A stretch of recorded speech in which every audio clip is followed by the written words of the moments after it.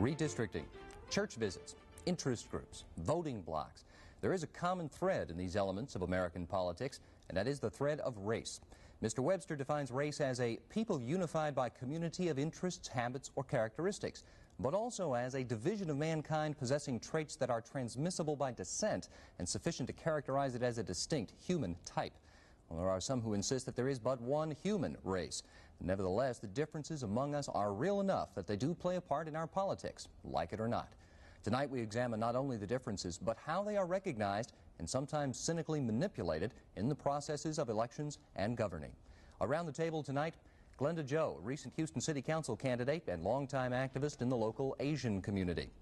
Robert C. Newberry, columnist for the Houston Post, who writes on issues affecting the black community. Dennis Calabrese, a political consultant who generally works for candidates from the Republican Party community. And Lisa Hernandez, executive director of the Southwest Voter Registration Education Project, which focuses on politics and participation in and by the Hispanic community. When I get right to it first, everybody gets a chance at this. Lisa, you're first. How important a factor is race when it comes to politics? Well, it's very important. It's not something that you put on the shelf and say this is one of the main ingredients of this campaign. Unfortunately or fortunately, it is used very much, specifically by national campaigns, presidential campaigns, in their 30-second sound bites. Mm-hmm. It's very important, especially when you look upon in Houston in this last election that we had. You had a woman, an white Anglo male and a black male, and you had the different racial communities, ethnic communities in Houston making decisive, I'd say, votes for getting the minority and the white male in the runoff. Do you think it's good or bad that race is that kind of a factor? It's there. I wouldn't characterize it as either. Dennis Calabrese, when you try to run a campaign, how much of an importance and consideration do you give to race? Very little. Even if I wanted to use it, or it could be used effectively in some scenario, it's very difficult to make race, voters prioritize race over other major factors which they choose candidates on. Primarily in the United States, party and ideology are by far the most dominant forces affecting voter choice. In the absence of party or ideology, and we see the absence of those two factors primarily when you get down to city-level races, when you don't have candidates running with tags by their names, and they may not have big enough budgets to get out the information about their ideology. You find that people start laying back and saying, now, well, okay, what else can we look at here? Frankly, race isn't even the first on that list. They'll start looking at things like geography. There's something called the home precinct effect, where a candidate usually wins his home precinct or her home precinct irrespective of their party or their ideology, because people think they have something in common with them. When you get down to the race factor, which is pretty low on the list, that's also what you find. You don't find people necessarily voting against candidates of certain races. You will find certain races voting for their candidates because they think that that person has something in common with them and can probably represent them well. Robert, do you agree? Is race important? I think race is certainly important. It's probably more important than Mr. Calabrese is saying right now. It's probably a factor in at least 40% of the minds of 40% of the people. They will positive not or vote, negative factor? They will not vote for a particular candidate if he's not of his own race. You're going to find that across blacks and white population, and the Hispanics too, and Asian. I don't know, but I do know that you will have that race factor in there, and you can just look at races we've had before. Hispanics will vote for Hispanics in high numbers, blacks will vote for blacks in high numbers, and whites do the same thing. And they will not vote for candidates, for instance, like Jesse Jackson. They will say that I'm not voting for him because I don't agree with what he says. But the main reason they're not voting against Jesse Jackson is because he's black and what he stood for. You look like you're bust a gut.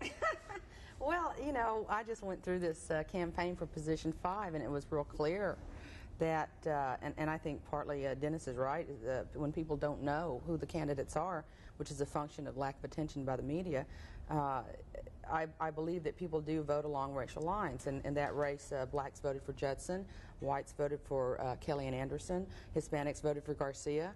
And, you know, we're just not sure who voted for me. We miscounted the number of Chinese Irish out there, obviously. However, I think that in the absence of information, that people do what's going to be most comfortable. I think also that what we say, what voters say, and voter behavior surveys will say is what they say is one thing, and what they'll do is something else. And I think that's proved true in some exit polling that was done in some of the partisan campaigns in other states. It makes it very, very obvious. Exactly. Look at Dinkins in New York. Right.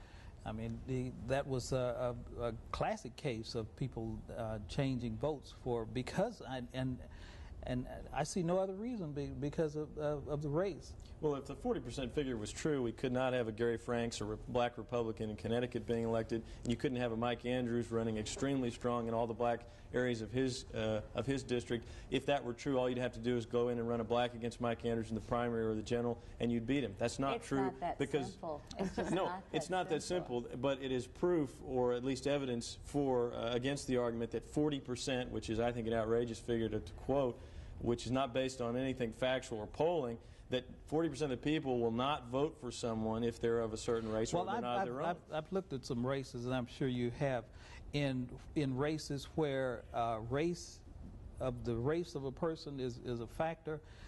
It's been consistent, what I've seen, in the neighborhood of 40% of the people voting that way. Look at David Duke. Now, Wait a minute. How do you show that Robert, race is a factor? You said in races where race is a factor. Race, we know that David Duke is a factor. The race is a factor in his campaigns. Mm-hmm. Now, we can say it's not.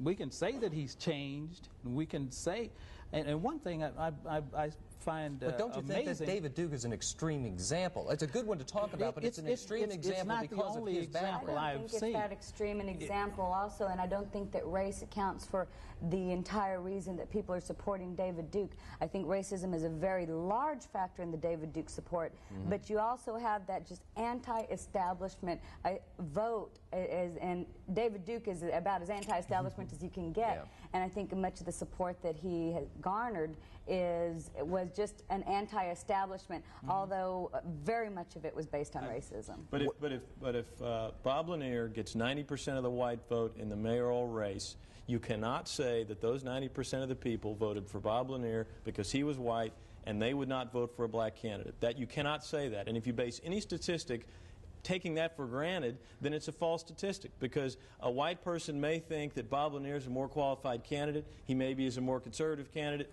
ideology, whatever other factor. You can't just attribute that then to a racial decision on a voter's part. That's the same thing. What you're saying is the same thing, that 40% of the blacks in America see much more racism and only 60% of the whites say, well, there's not very much racism in America.